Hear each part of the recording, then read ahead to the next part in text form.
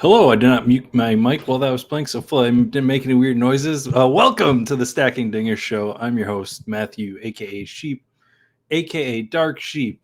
You can find me on the Twitter machine at D4RKSH33P underscore, and you can find my draft streams on YouTube at the Sheep Seats. Tonight, we are diving into MLB Playoff Best Ball.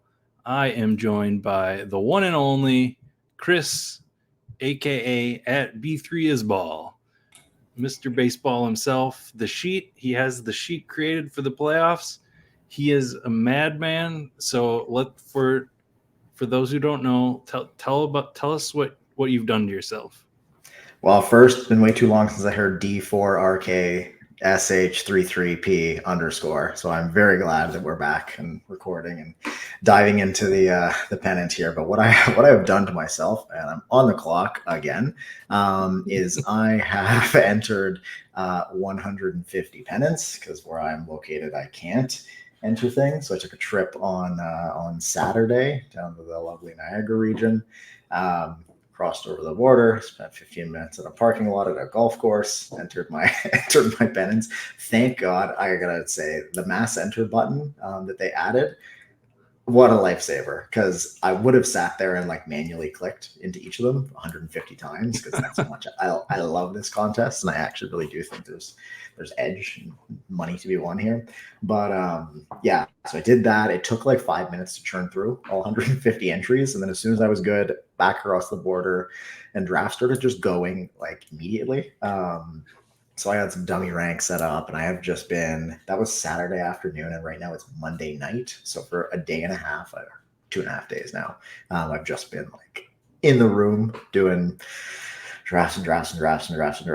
So yeah, I'm on number 99, and 100 just started. So I will be doing some live drafting. I apologize to the people that are in my rooms as we do this tonight, because it's going to be all over the place, but I'm just going to try and stay in my lane and keep it nice and easy. Yeah, that's nuts to me because I would not be expecting it to be filling at this rate already. So that's exciting though. That is Agreed. very exciting. All right, so let's just get right into it. Let's pull up the sheet. This is your one of your babies. Let me get that. There we go. All right, so what we have here, we'll throw the link in the description on this video. We'll throw it on the Twitter machine. Otherwise, you can find it on his Twitter. But this is the pennant sheet, basically your one-stop shop for research and thinking about this contest. So you've even gone ahead and added a rules tab. So the let's start from the basics for someone who may have not drafted the playoff baseball contest. Maybe you've drafted playoff football. That's pretty popular. So there is some overlap there. But the important thing to realize is, let's start with your roster. You get a bunch of bench spots. So this is quite different, or a bunch of flex and bench spots in compared to the regular season where you have very strict limits on 3 infielders and 3 outfielders. You can start getting quite exploratory, we'll say, in that you only need to score 1 outfielder or 1 infielder if that's how you end up building a roster. I don't know if that's the best thing to do, but the flexibility does exist there. But then you do need 3 pitchers. Exactly. So there's a little more pitcher emphasis in this tournament than like your regular season long MLB basketball. And you have a little more flexibility in how you want to deploy your hitters. I think are the two kind of things to take away from the positional allocation piece here. Yeah, so you do have the scoring system here, which is the same as the season long. There's not too much different there. You know, we get the wins, quality starts, sort of stuff for pitchers. Only negative is earn runs. We're not worried about walks, hits, and I would actually argue that in this case, we're only worried about the team that the pitcher's on for the most part. And we'll get into that some more. not even necessarily how good they might be. And then the hitting is the usual underdog category. So then we go down to here, and um, we have 10,000 to first, pretty flat payout structure, a little bit flatter than last year. I don't know if you had much time to think through the differences in the payout structure. I mean, I'm personally still just trying to win that first, so I haven't changed up my ideas too much based on the flatter nature. Yeah, no, I haven't really either. The only thing it does kind of reward just looking at it is you get a little bit more incrementally kind of for making the championship round and then coming in second in the championship round pods. Whereas before you get 11 and 14, now you get 15 and 20. And then it's taken a little bit away from kind of each step in the final. I think really the way that, yeah, this tournament is set up, it is geared towards being aggressive and trying to build to win first place, and kind of just does each individual team you draft have a chance to come first out of 11,300 people. I think really that's the only way to kind of try and play this tournament. Yeah. So then the other big important thing here is how the rounds are actually structured. So we're playing 3 rounds, in the most interesting and different than football, especially, is that round 1 includes the wild card and the next series. So in baseball, we'll pop over here. You got the little MLB schedule here. So there's the wild card 3-game series, which is something that started last year. Was last year the first year? Yeah. Or is it 2 years? I don't 2 know. years ago. 2 years ago. The Jays So lost twice in the wild card series. you don't have to worry about them losing this year. I do not. Thank God. I'm on the hook for that this year. So there's the 3 wild card game series, potentially 3 games that a team could play, and then they win that.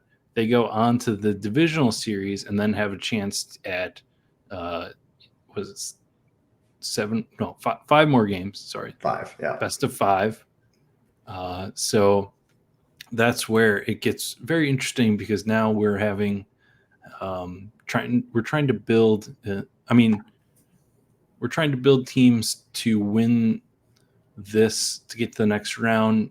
So we have to start considering how we're putting our teams together that we're going to be stacking based on this wild card plus divisional series.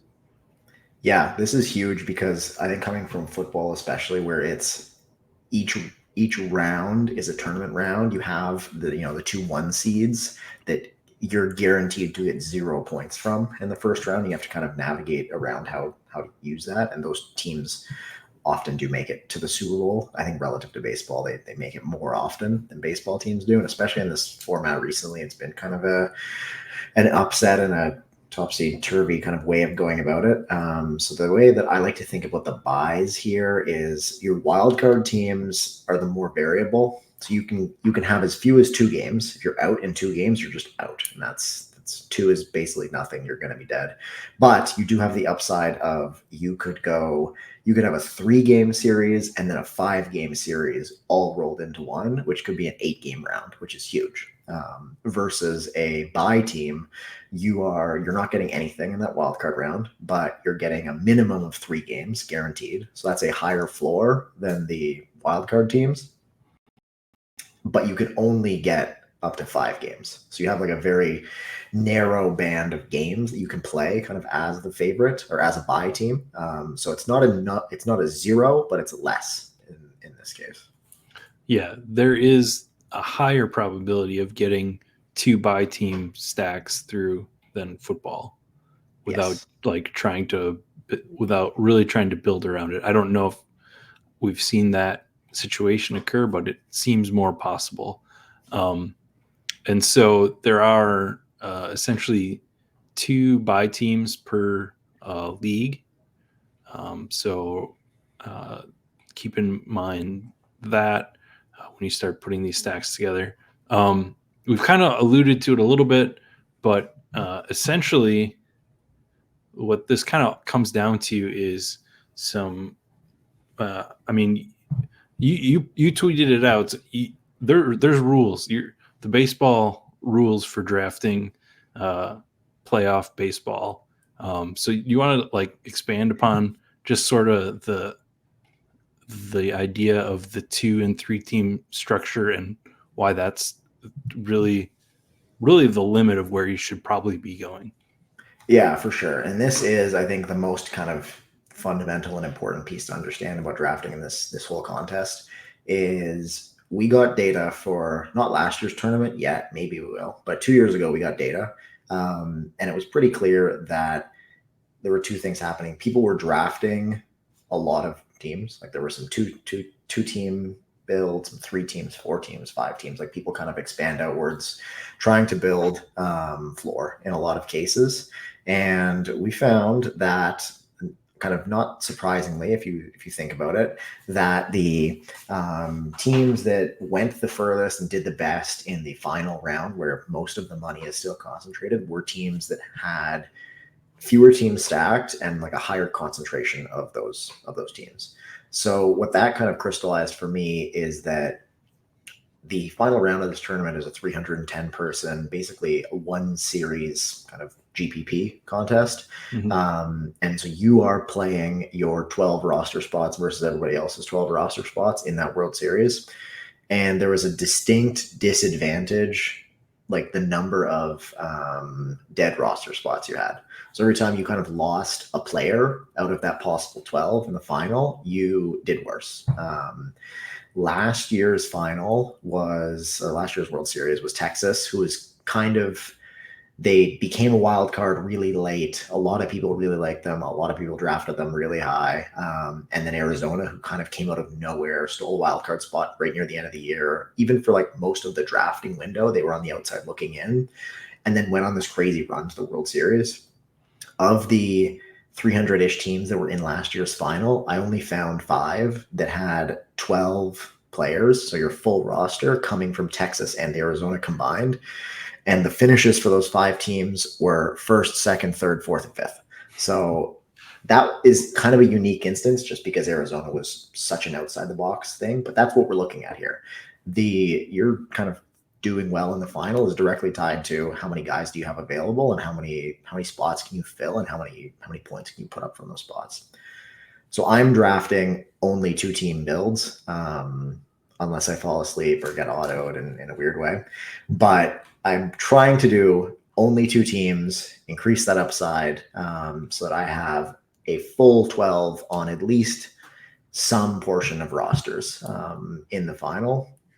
And then my 12, it just kind of, you hope that luck and variance are on your side against everybody else's 12. You could have the same 12 as other people. Like that's not crazy if we get kind of some combinations of things.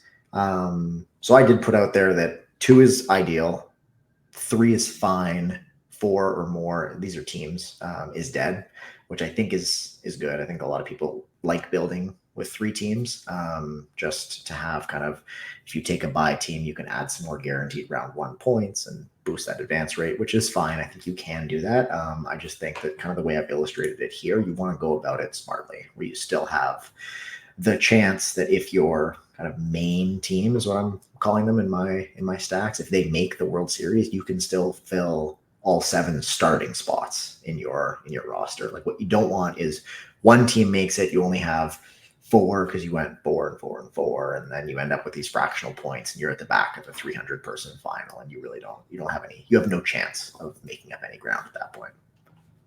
Right. And that's something that I need to be better at, because I'm definitely a dabbler on other teams. Like just a lot of times it's a pitcher, an ace pitcher that I know is going to get 1 start in the, especially if I'm building a like you said, if I'm building a bye team, like Phillies this year is the example. I kind of want the ace wild card guy, just because I know I'll get maybe a decent start, even if that team doesn't move on. And then sometimes I'll, these drafts are hard. Like, I think that's why I enjoy them so much. It's not like regular baseball season where you're not really worried about snipes, or you're kind of building your stacks. You get used to where players are going, but these rooms get exciting is a word I'll put out there, because um, and that's kind of leads me also to the fact that you might be watching this and be like, why is it's nice that Chris has looked at the data that we do have, and now he's giving these rules, and why would he want people to draft better teams? But ultimately, what we want, the more people that stay in their lane in these drafts, the better off your team. Everybody's team is going to be better. The first place upside of everybody in the room's team is better if everyone stays to 2 or 3 teams. I would say like the ideal draft roommate when you're doing these playoff contests is you want someone that's predictable, and you want to see like, do they have a tendency to just pick their teams and then kind of plant their flag and establish their lane and swim in it, or are you going to be kind of jumping all over the place? I like what you said about this being a very it's both a boring and a fun contest to draft, because I'll go through stretches where you just don't get the picks you want and you end up in like bad draft slots. And I've drafted some like really boring Cleveland, Arizona teams where no one's competing for those players. I'm taking them 20 spots ahead of ADP. Like that, those are the ones where I just said, here's my 12 auto, and then we're off. And then there's a one that I sent to kind of everybody earlier today where it was, I got all the Yankees and I got all the Dodgers except Ohtani. It was just everybody was in their lane, and there was one person who took Ohtani and then didn't take any other Dodgers, and I just kept going, okay, back and forth, back and forth, back and forth. So you kind of have to stay on the ball, and then when one of these kind of opportunities falls in your lap, you just pick up the pieces and hope that you can get lucky in the actual playoffs after that. And it's a lot of people's reaction to you describing that team is like, that's not fair. Like, he shouldn't be able to get that team with all of the best players. But in the end, it's like, I'm like, that combination does have probably the highest. I guess we can jump over too quick to the World Series matchups. Yeah, New York, LA has this is off of Fangraphs, their basic playoff prediction metrics, that about 1 in 10 times that's actually going to be the World Series matchup. So obviously it's the highest on the board here, but 1 in 10 versus, the 5% chance of Baltimore, LA is pretty negligible. So getting the super team is not the same as like a daily slate. Absolutely. And it's like 10% is nothing kind of in the grand scheme of things here. That's a 10-1 parlay. It's it's a lot of outside shots that hit on those kind of things. But like, this is still a very unlikely proposition, and it's even less likely than 10% because I need to get that team there first. And a lot of their kind of win equity is tied up in oh no, I got to take care of goal. There we go. A lot of their win equity is tied in being a bye team because you get to skip around. So you have this opposition of their like actual playoff success is tied into getting the bye, but their underdog point totals in round 1 are hurt by the fact they're getting the bye. So probably like, I don't know, let's say 10% of the time this is the World Series matchup, maybe 7 or 8 of those 10% are tied up in both teams being the 1 seed, getting the bye, having home field advantage, and having like the easiest path through their individual leagues. And that will suck for my team because I'll be battling. I need like a big series out of those 2 teams in round 1 when I'm fighting against wildcard teams. So it's like, if you can get over the first hurdle, yes, it's okay, but it's still like an uphill climb in any of these leagues. Yeah. I think the first draft I didn't even realize till the end that somebody had a Ohtani Betts Freeman combo, and it didn't matter to me because those weren't the teams I was drafting.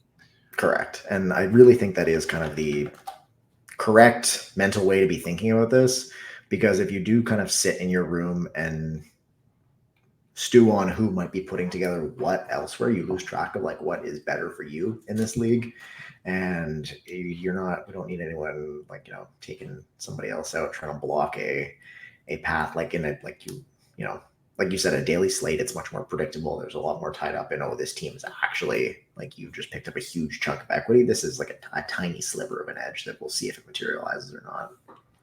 And I'll say it's hard. It's hard to get into that mindset. It's hard to like trust the number, trust it, because when you see that super team, you're like, oh man, I wish I had that. And then especially hard because then that one time you're like, okay, I'm going to try taking the Dodgers this time. And you take Ohtani, maybe you get him pick 3 or something. He drops somehow to you at 3. And then somebody at the turn takes Mookie and Freddie. And you're like, that never happened, and I never get the super team. So I like, it's totally understand why people can't, have a hard time getting to it. But really, I think, we're here saying that the more people that can buy into this idea and really think about the probability of things, the better off everyone in the draft room is. Agreed. So as you've been drafting, what's your gut feel on the population and how many people are actually following the quote unquote rules? I would say it kind of goes in waves, because I'm in every draft. You won't see people kind of stay for one draft and then leave for another. I get the same room like 3 or 4 times in a row.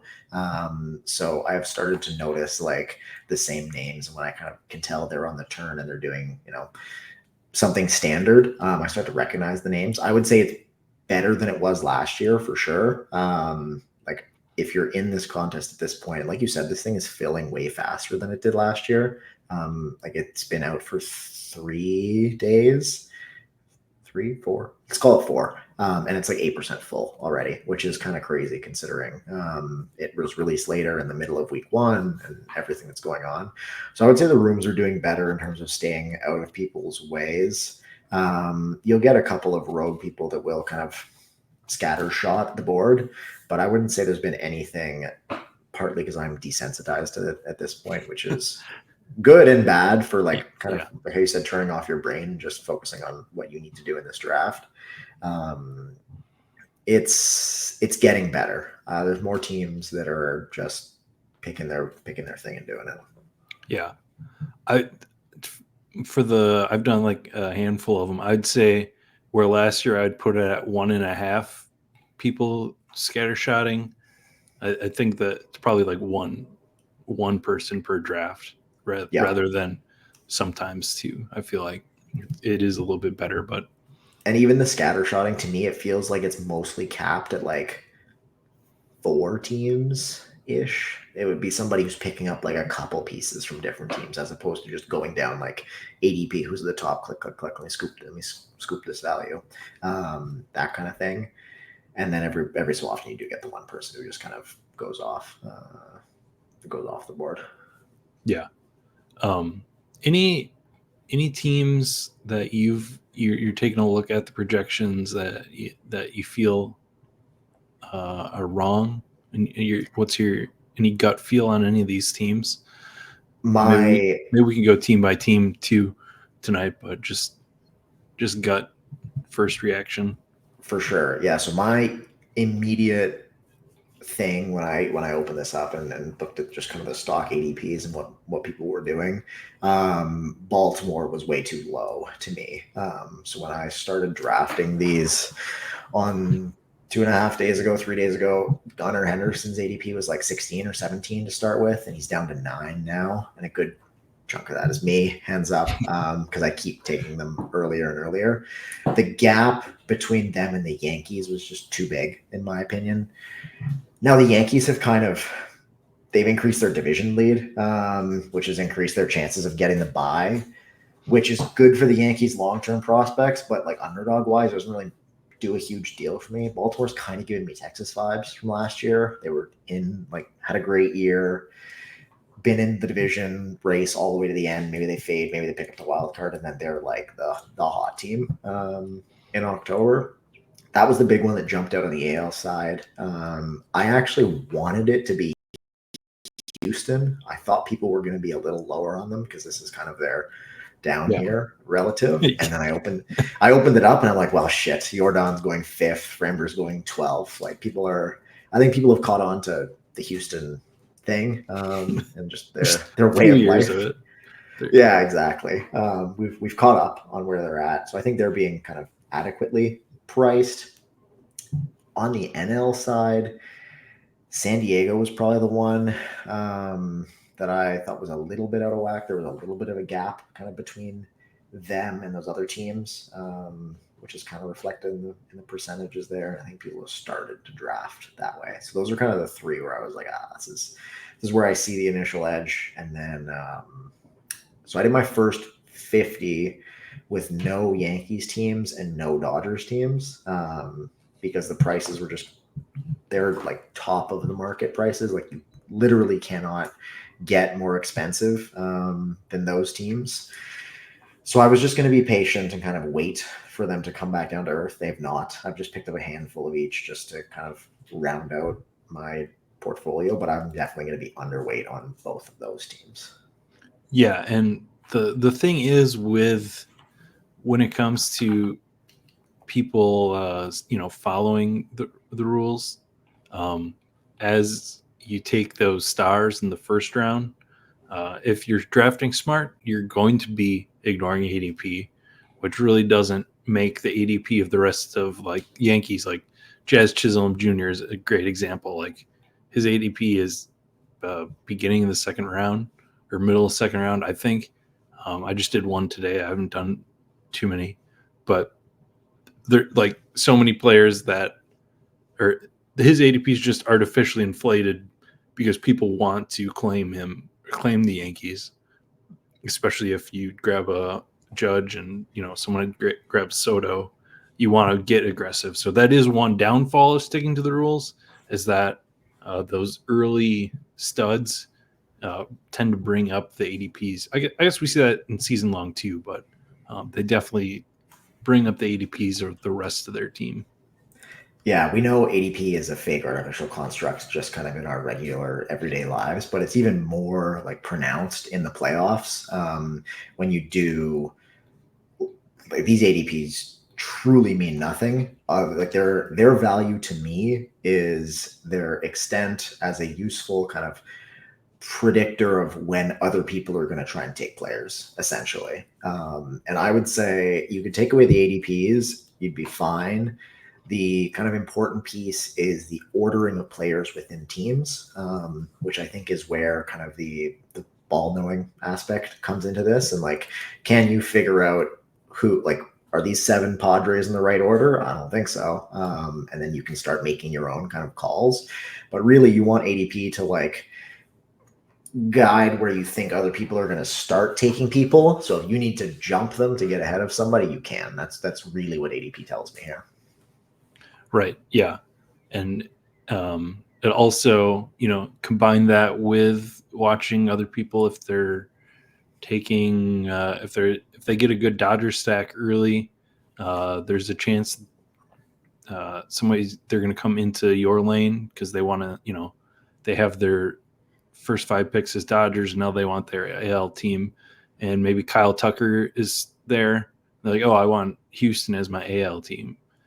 But I just need a few of them. So you're definitely trying to balance, like you said, predicting when, how long you can keep those guys on the board that maybe you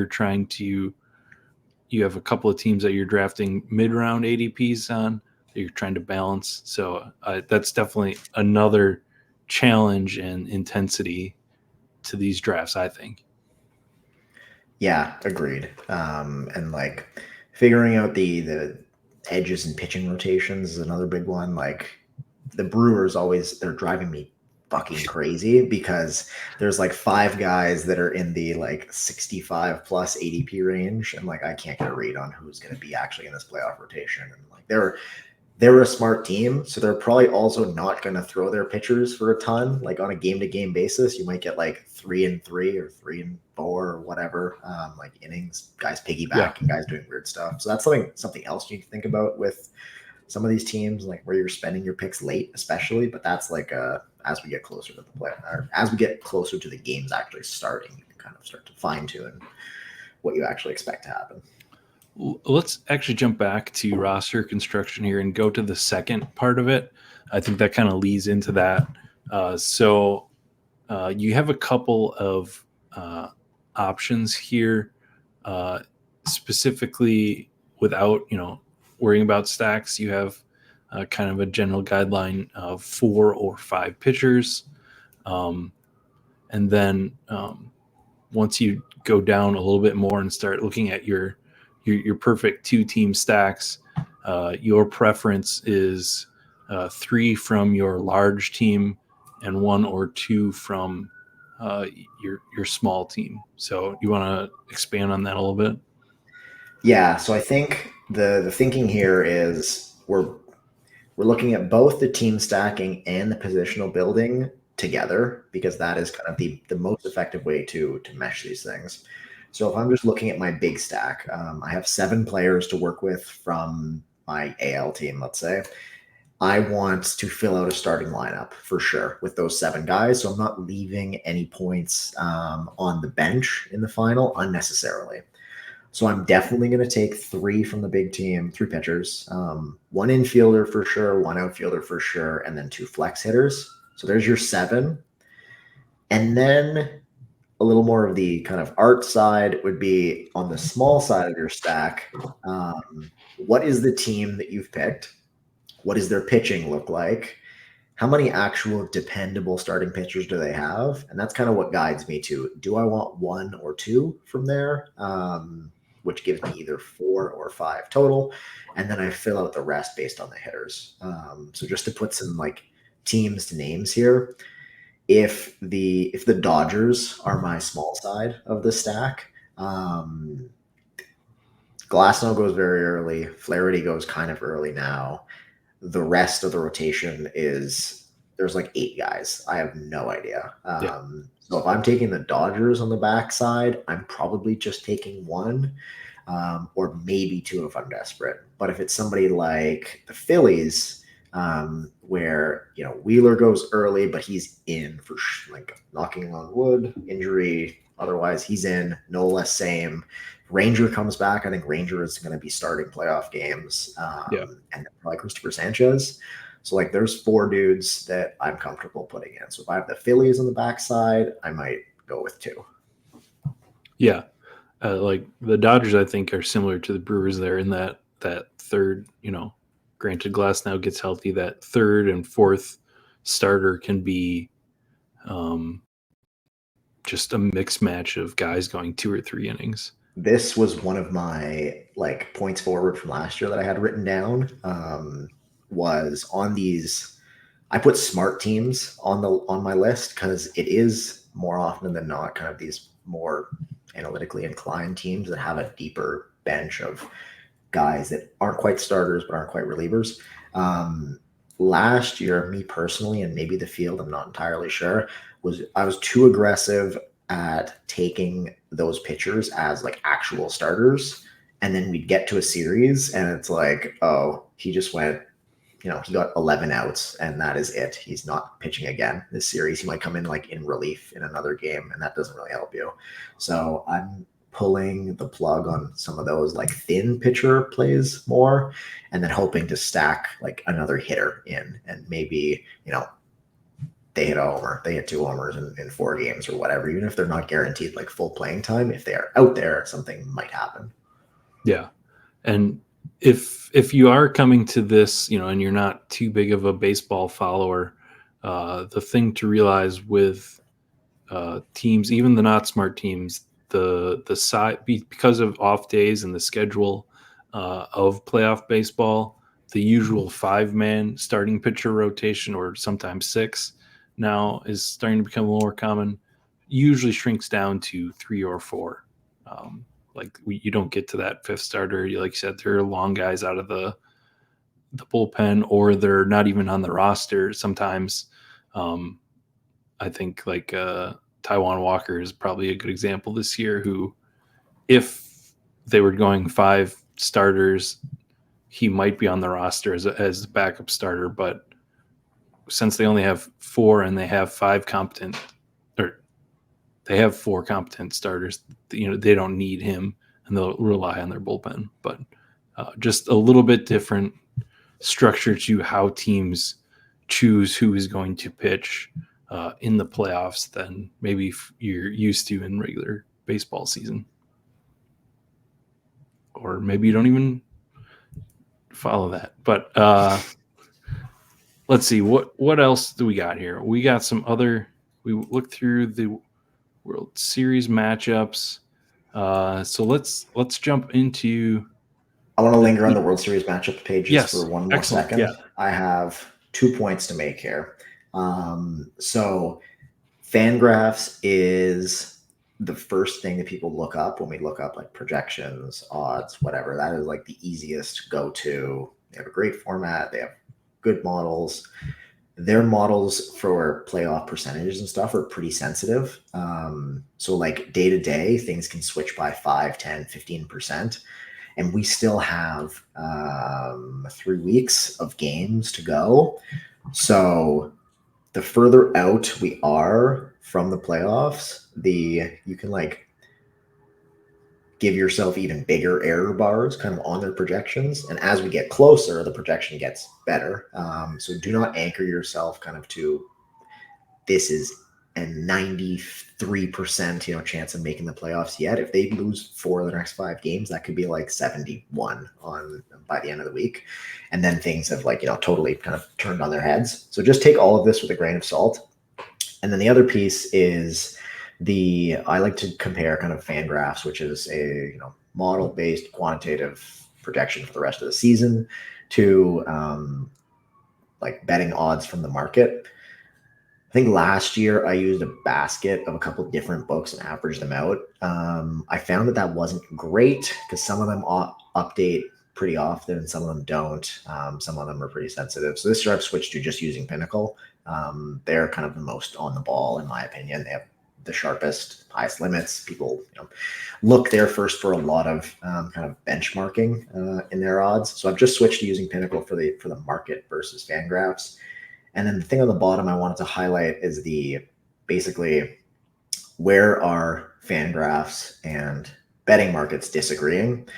So the more green your kind of number is in that one at the bottom, that means Fangraphs is higher on that matchup or those teams. So you'll see Fangraphs is higher on the Yankees in Houston in the AL, and they're higher on like San Diego, Arizona, Atlanta a little bit. So kind of that chunk. And then the red are where the betting markets are higher on. So Baltimore and Cleveland would be the big standouts to me. So if you have kind of your own gut take on which of those ways to go, you can kind of apply your own judgment there. But this is just kind of setting up 2 ways of going about it. And then the last piece is something we touched on before but didn't put a number on. It's the how to handle a World Series with a bye team versus a bye team.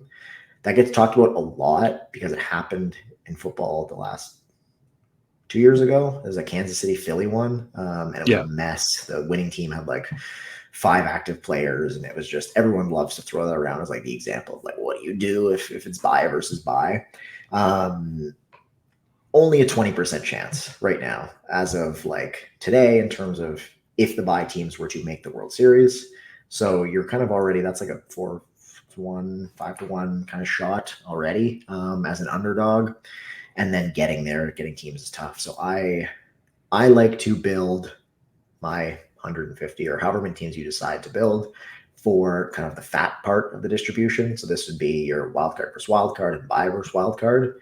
And then if it's bye versus bye, everyone's kind of fucked. So just hope that you like sneak a couple teams through, or you can benefit from some, fragileness in other areas. But I wouldn't be building like a good chunk of my portfolio towards the tail outcome in hopes of planning for something that we actually don't know how to plan for yet. Like I think it's tougher to build to capitalize on that than the other situations. Yeah, and when it does come to who is the buy team, there is, like you said, a little bit of, and even who the wild card team is. There's a little bit of, there's enough time for them to change pretty drastically. So, for example, when this contest opened, I mean, you had the Mariners on the list, but you didn't even include the Tigers.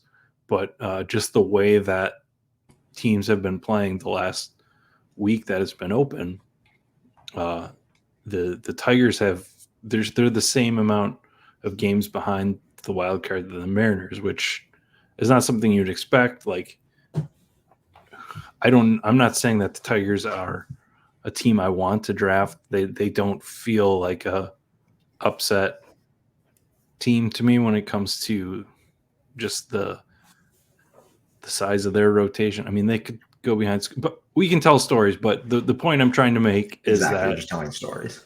is that we're not locked into that. And as we get closer, we will get locked in much more. But it does pay to not just look at the model odds as far as uh, which teams you want to draft from. There is still a little bit of wiggle room here in the AL as far as who's going to go. And then the NL is, it feels like it's going to be, well, I guess here's the question I don't quite get.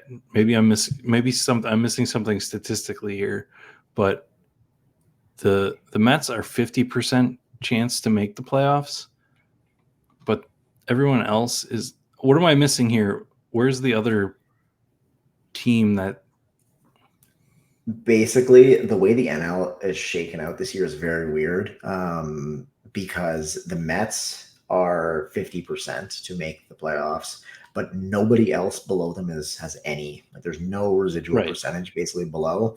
So the Mets pick up the leftovers from everyone above. So the Braves are 72. So the Mets get the other 28, Yeah, and then they would okay. get the 17 for the Diamondbacks. So they're just like picking up everything else essentially. The way I would like kind of lay out this playoff picture, it's very unique. We haven't seen this in the last couple of years of doing this contest. Things have been different. The AL 6 playoff teams, I would say, are pretty close to locked. Whereas in the NL, we have 7 Let that me are pull kind up of, the whole league yeah, here. here we So go. yeah, here's So AL. I would say your AL 6, so like Yankees, Guardians, O's, Astros, Royals, Twins, like all of those are above 85% today. Nobody else has more than 7. Good. The NL has 7 teams with more than 50% chance. 52 as of now, I guess. So to me, I think Arizona makes it. It's going to come down to the Braves or the Mets, kind of for that last spot. So the NL, your uncertainty is which team gets the last spot, but your bye teams are pretty much locked. Like I think the Dodgers and the Phillies are going to get it. Yeah. In the AL, your uncertainty is who's getting the buys. A couple days ago, this felt much more certain. I think the Yankees and the Guardians were both at like 75 or 80% going into this weekend, and now they're in the 60s. The Orioles still have a chunk. The Astros have picked up a lot of kind of the buy equity recently, which is super interesting. And then even like the Royals and the Twins have the Royals and the Twins being the 5th and 6th teams in the AL have a better chance at the buy than the like 3rd, 4th, 5th teams in the NL. Like it's more flat, I would say, in the AL this year. So that's kind of like my macro view of what to watch out for in the next 2 weeks as these 2 leagues wind down. Yeah. I think it's interesting right now. This is not the same as the last few years, but the Braves are barely drafted at all in most rooms. Yeah, that's something that I need to update in my last run of drafts here. I need to flush out. I need some more Braves need some more Mets just in case. Yeah. But Again, I prefer having this more condensed, like actual playoff field where there's 13 teams that have a chance for 12 spots. I think that makes this conversation much more interesting compared to like if there were still 17 or 18 teams fighting for those spots, because we can actually focus on who's going to win the World Series, not or make the World Series, not just who's going to make the playoffs. yeah. So it does feel bad. You build that Mets team, they don't make it, but as they get locked in, Braves or Mets, there's going to be more and more teams drafted with them.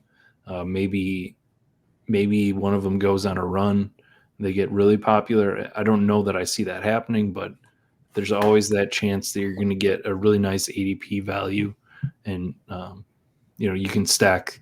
You can maybe that's when you get that really good Yankees stack when that drops your way, and you take the risk on a Mets or a Braves with them. Exactly. Yeah, no, I think you always need to have like what happens if I need to keep picking the same team over and over, and like what's my break glass in case of emergency team, and like in the ANL it's the Braves and the Mets, and then in the AL I think it's usually the Twins. People hate drafting the Twins, like they just want no part of those losers. Well, I meant it. We went to the Twins Jays game a few weeks ago up in Minnesota with my family, and it was my nephew's birthday, and that was the game they lost 15-0. So I Yeah. I have recent feelings about the Twins myself. Yeah, that's everyone remembers the 2023 AL Wild Card Series, an illustrious 2-0 Twins defeat. So maybe this will be the year that they win more than one series, but we'll see. Yeah, definitely. So I think that kind of covers the teams. Is there anything else here? You do have. We won't go through all of it, but if you are diving in here, you do have sort of the team structures. Do you how much? I guess how much work have you put into these rotations? And the lineups I think are pretty good from what I've seen. What's your thought on these rotations? So this is what I want your help with. These are actually I changed this year, so it is just pulling roster resource Okay. rotations and lineups. So the upside is it's not up to me, it's up to smarter people. The downside is these aren't projected playoff rotations. These are what's the rotation for the next week. So Right. that I think is the current gray area. The actual like edge here is like, can you fill out the who's going to start when? So when we get closer, I'm going to go in and then manually kind of slot guys into things and figure out where people are going to pitch. But like the Yankees are kind of straightforward. It's going to be Cole, Rodon. I would say Luis Heel is probably the third Yeah. guy. Like I Yeah. don't really see them throwing out those other two in meaningful innings. But then someone like Baltimore got Burns. Grayson's not back yet. What's he gonna do? Yeah. You have Burns, Eflin, kind of the 1-2 there, and then probably Suarez, Kramer. If I Yeah, don't know Grayson's outlook. I haven't looked. I've been drafting him as he's okay, but me too. And that is a little bit alarming because I get flashbacks to I forget who I was drafting last year, thinking they were going to be okay, and then they weren't. Might have been Scherzer, who was just not. He was not okay. yeah. But the interesting ones to me on here are: can you figure out who Cleveland is going to start besides Bybee? Because everyone else kind of feels same-ish to me, and they're the I think second most likely buy team, or maybe first now that the Yankees have slipped a little bit. But like Cleveland feels like a good place if you could spend some time to figure out what's their actual rotation going to look like. Minnesota and KC don't really care as much. But the one thing that I will point out about KC is they do like to platoon. Same thing with Minnesota, actually. So like you see Eduardo Julian at the top of the order there in this projection. The minute that a left-handed reliever like touches the ball in the bullpen, he is gone from the game.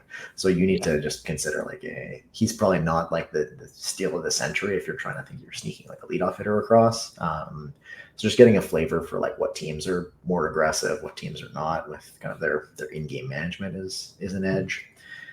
And then if you flip over to the NL, actually the other team that intrigues me, I mean, the Dodgers are kind of a mess in terms of who's going to start, but I don't even know if that's worth investing your own time to try and figure out who's going to be starting for them. Like it might just be like Glasnow's the one I would feel the best about, but he's not exactly the picture of health and hasn't been really not inspiring, but he's going in like the third round.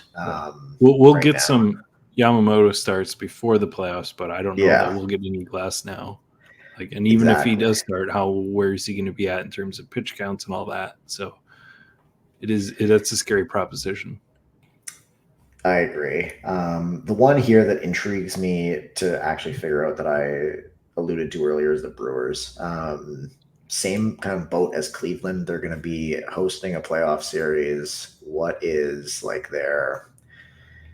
who goes after Freddie, I guess? I want to say Savali first, but like I don't really know after that. Yeah, they are all pretty samey after Freddie, and Freddie's not even been the Freddie that I wanted this year. I think most people drafting him pretty high or pretty not too excited what they actually got. The strikeouts kind of disappeared and the earned runs kind of stayed the same. But and even then they have DL Hall waiting to come in for 3 innings. He's healthy now. I don't think he's a starter. I never really thought he was a starter, but he's there. Impact on him. Right. And they have a good bullpen, so maybe all these guys pitch 4 innings, even if they are the number 2 starter. No, I mean, Craig Counsell's gone, but they haven't really changed. His spirit lives on in their game management. Pitching management mentality. I think they've changed other things, but that's a whole nother conversation. That's interesting. And then going over here, I do think Arizona, like I haven't drafted in Arizona yet, but I'm pretty excited about their rotation. The like we saw it last year, the potential of what they could do in the playoffs, and like everybody's healthy at the right time now. It's definitely interesting, and they're getting their offense back. Maybe I'm talking myself into going and drafting an Arizona team tonight and getting a couple of them. I agree. I think they're my favorite outside of I guess the Dodgers have the best chance. The Phillies, I like drafting more than the Dodgers just based on price and everything else. I like Arizona as probably my favorite value underdog in the NL, or like wildcard team, because there's a bunch of names on there. That Jock ADP is not correct right now. It's linking to someone else, which is whatever. But they have a bunch of guys who can hit. And they have a bunch of arms that can throw. Like all 5 of those guys are like Gallen, I think, was one of the most mispriced names to start with. Like I think started with like an ADP of like 70 or something, or 72. Like he was, I think, behind Fott. And I love Fott, but Gallen's a guy. So if you roll into like a short series, like they're a menace in the divisional round, because like you gotta win 3 of 5 and they can roll out, Gallen, Kelly, Fott, Rodriguez, and Nelson as like longer guys. They did it last year. The lineup's deep. Like Gurriel, I think the outlook on him is he'll be back soonish. they just have guys that can play and hit. And I agree. They're kind of sneaky. So I have drafted a good amount of them, more than the Braves, more than the Mets. Yeah. More than the Padres, kind of close between them and the Padres. And I think Yeah. I've been more of them than the Brewers too. Okay. Yeah. I'm having homerism, and Brewers have definitely, it's been, and if you take Willie Adames early and Freddie Peralta, you can kind of just wait and put Exactly. together whatever else you want. I'm also doing. They're also my. I've dabbled them a couple of times as if I have a couple of if I have a buy team as my main team, that 7-person team that I'm shooting for, I have dabbled a little bit in the take a Churio and a Peralta or something like that. Yeah, they got upside. I've also this year one of my rules that we haven't talked about yet is no 6-6 teams, because I did that way too often last year, and then I was left in the LCS and the World Series with these stupid incomplete teams. Like I think I got 2 different 6-person Texas stacks to the World Series. And I would have killed for like another person or 2 or 3. So I've drafted a lot of 8 and 4 as well this year, kind of for the first time, and I'm going to throw in some 9 and 3s as well, just to keep things interesting. Especially like when you get on a run in one of these drafts, when you realize, oh, nobody is taking like my Yankees or my Phillies or whoever. If it's a good team, I'll just keep piling on. And so I have a couple like 9 and 3 stacks that I'm going to try and do a couple more of those and see how they go, just in case. All right. I think that's a pretty good introduction and a little strategy talk on the contest. Just wait a couple more days and you won't have to fight Chris for any teams. I mean, I guess it's nice to have him in the room because he's going to stick to his lanes. But yeah, so we're out here. We're drafting. Anything else, Chris, before we wrap up? That's it. I think I got another day or 2 left in me tops, and then I'm just going to pass out on the couch and sleep for a little bit. But yeah, I think next week we can start thinking more about who, like the ordering of the players within teams. Like, is this correct? Where can we find like those edges as opposed to the big picture stuff? Yeah. Yeah. So yeah, we should be back in some form next week. Also, stay tuned to the channel. Now that the regular season is wrapped up, we'll maybe I know congrats to Sam Olsen out there on the takedown. Incredible. He's notoriously not someone that comes on any shows, as much as I would love to get him on here and pick his brain. And then but we're talking about maybe like to get maybe a kind of a round table together of some new players to baseball, see what they think about stuff. So we got some ideas. And we'll be here, and pretty soon the playoffs will be here, and we'll be sweating these teams too. Can't wait. All right, so for Chris and myself, good luck out there in the draft room.